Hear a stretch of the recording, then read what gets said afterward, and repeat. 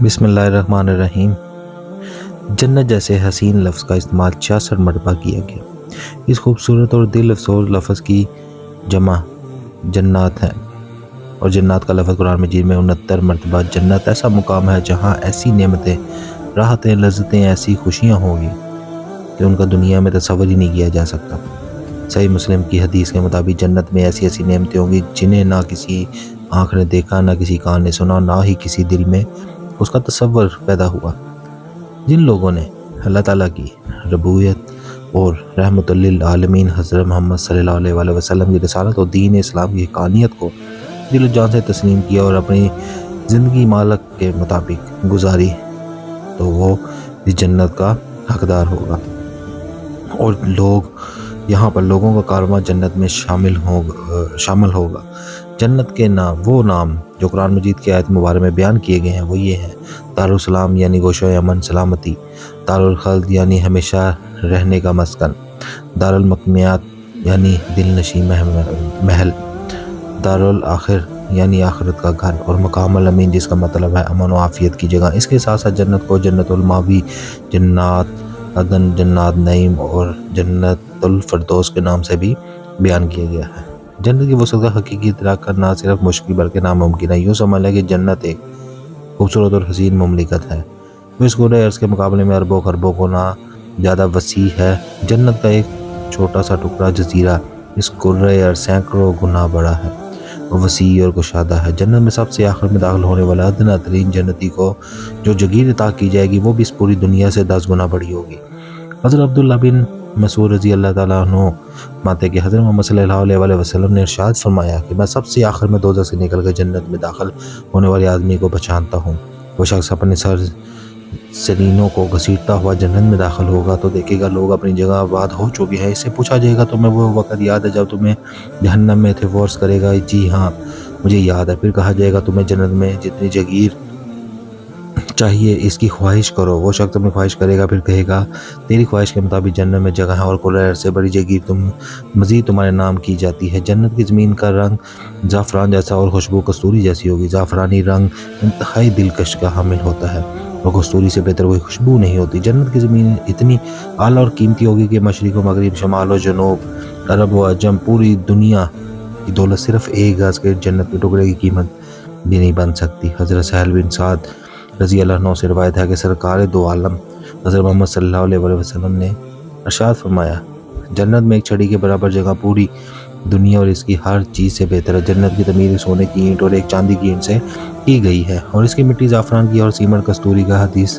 نے بیان نبی پاک صلی اللہ علیہ وسلم نے کیا: میں جنت میں داخل ہوا تو ان میں خوبصورت اور چمکدار موتی ہوئے گنبد تھے۔ جنت کی زمین کستوری کی تھی۔ جنت کی زمین ہموار ہے اور اس کی نہریں اس کی زمین کو چیر کر نہیں چلتی بلکہ وہ زمین کے اوپر چلتی ہیں۔ دونوں طرف سے اپنی جگہ کے اندر ان کا پانی اپنی مقررہ حد سے نہ بڑھ سکتا ہے اور نہ کم، اور نہ دائیں جاتا ہے اور نہ بائیں جاتا ہے۔ حضرت ابو ہریرہ رضی اللہ عنہ فرماتے ہیں کہ جنت کی 4 دیواری کو ایک اینٹ سونے اور ایک چاندی سے تعمیر کیا گیا ہے۔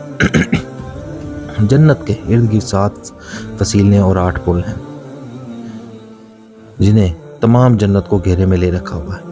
سب سے پہلے 4 دیواری چاندی کی ہے اور دوسری سونے کی، تیسری سونے کی اور چاندی دونوں سے ملی ہوئی ہے، چوتھی لولو کی، 5ویں دیوار یاقوت کی، 6ٹھی دیوار ربجت کی اور 7ویں ایسے نور کی ہے جو چمک رہا ہے۔ ان 4 دیواروں میں سے ہر ایک کے درمیان 500 سال کا فاصلہ ہے۔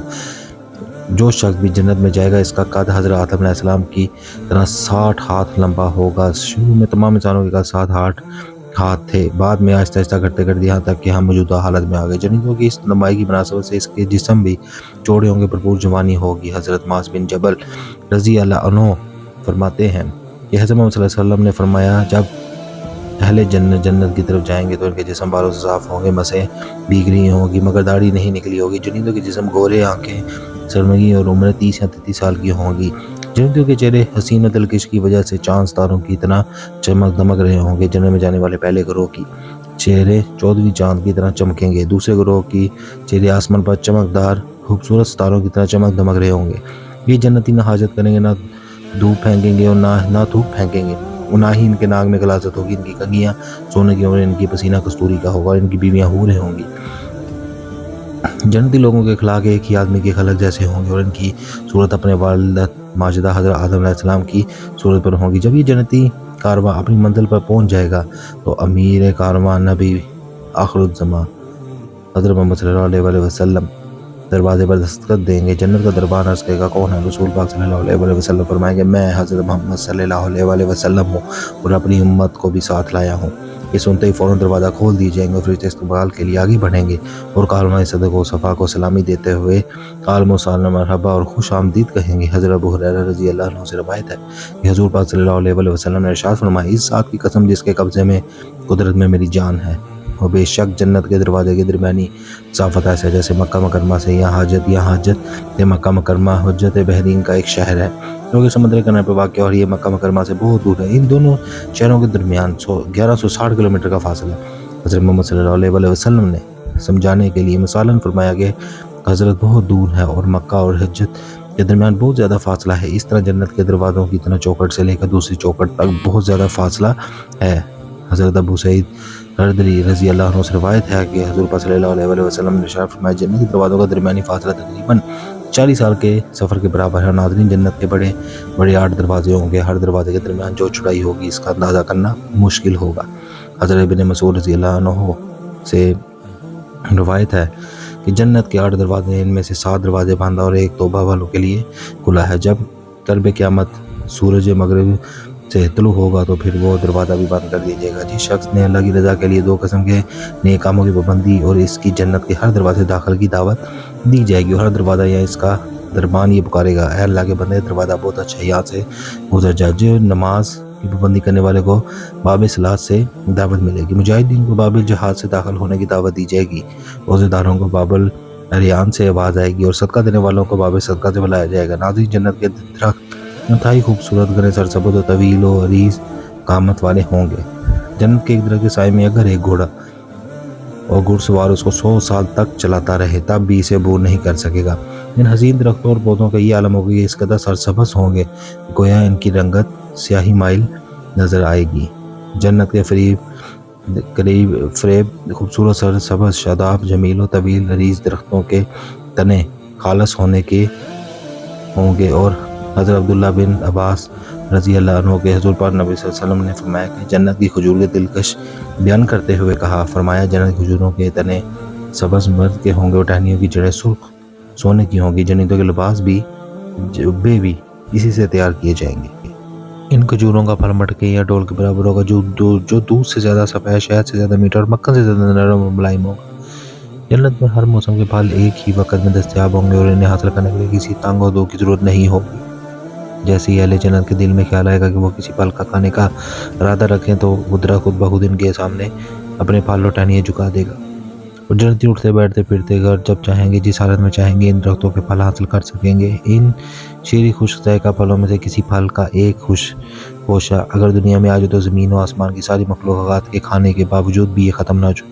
چنانچہ ایک دفعہ نبی پاک صلی اللہ علیہ وسلم نے فرمایا میرے سامنے جنت اور اس کے پھل اور پھول سرسبزی اور شادابی اور اس کی ساری نعمتیں پیش کی گئی، میں نے ان میں سے ایک خوشہ تمہارے لیے لینا چاہا لیکن روک دیا، اگر میں تمہارے لیے وہ خوشہ لے لیتا تو زمین و آسمان کی ساری مخلوقات اسے کھاتی لیکن وہ کبھی بھی ختم نہ ہوتا۔ حضرت ابو سعید خدری رضی اللہ عنہ سے روایت ہے نبی پاک صلی اللہ علیہ وسلم نے ارشاد فرمایا کہ تم جب بھی اللہ اور رب العزت سے جنت مانگو اور جنت الفردوس ہی مانگو کیونکہ وہ سب سے اعلیٰ ترین اور بہترین جنت ہے، اس کے اوپر اللہ کا عرش مولع ہے اور جنت کی تمام نہریں بھی اسی جنت الفردوس سے جاری ہوتی ہیں۔ جنت میں پانی کا سمندر، دودھ کا سمندر، شہد کا سمندر اور پاک شراب کا سمندر، پھر ان تمام سمندروں سے بے شمار نہریں نکلتی ہیں۔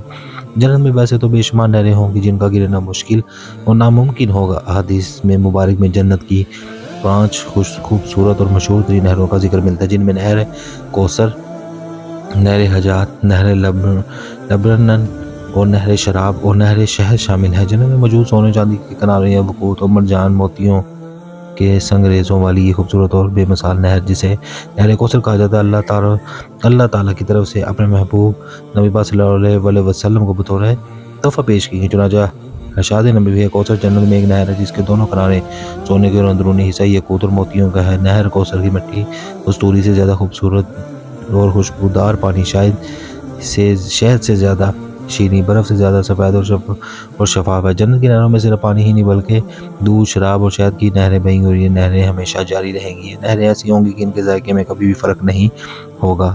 پانی کی ایسی نہریں ہوں گی کہ اس میں کبھی بھی بدبو نہیں آئے گی۔ دودھ کی نہریں ایسی ذائقے دار ہوں گی کہ جنتی لوگ پیتے جائیں گے اور چھوڑنے کو دل نہیں کرے گا۔ اس کے باوجود بھی اس نہر کے دودھ میں فرق نہیں آئے گا۔ شراب کی نہریں ایسی ہوں گی کہ اس کے شراب کے پینے سے دنیا کی شراب اتنا غصہ اور غنودگی نہیں آئے گی۔ جنت کی شراب انتہائی وہ خوشبودار اور لذیذ ہوگی۔ جنت میں خوبصورتی اور دلکشی کے انتہا ہو جائے گی۔ قلب و نظر کی تسکین کے لیے جگہ جگہ سے ہر دم پھوٹتے چشمے اور گنگناتی آبشاریں بھی رواں دواں ہوگی۔ قرآن مجید میں جنت کی 3 خوبصورت اور دل مول لینے والے چشموں کا ذکر کیا گیا، جن میں کفور، سرسبیل، تسنیم شامل ہے۔ کفور وہ چشمہ جس میں کفور ملی ہوئی ہے اور لذیذ اور ذائقے دار شراب بھی وہاں سے نکلے گی۔ سبیل جنت کا وہ عظیم چشمہ جس میں زنجبیل ملا ہوا ہے اور مشروب نکلتا ہے، اور تسلیم نامی چشمہ جنت کا وہ خوبصورت اور لذیذ چشمہ جس کا پانی انتہائی نفیس اور سربلند ہوگا۔ جنت میں ہر شخص کے لیے الگ الگ وسیع اور ریز مملکت ہوگی، جس کے خاتمے یا چھن جانے کا کوئی خوف نہیں ہوگا۔ اس حسین اور عالی شان محلات کی تعمیر سونے چاندی کی دل فریب اینٹ اور کستوری کے معطر سیمنٹ سے کی گئی ہے۔ جنت کے محلات اس قدر بڑے اور کشادہ ہوں گے کہ ان میں نصب ایک خیمے کا طول ہر 60 میل کا ہوگا، جو کسی جوڑ کے بغیر ہیروں کو گرید کر بنائے جائیں گے۔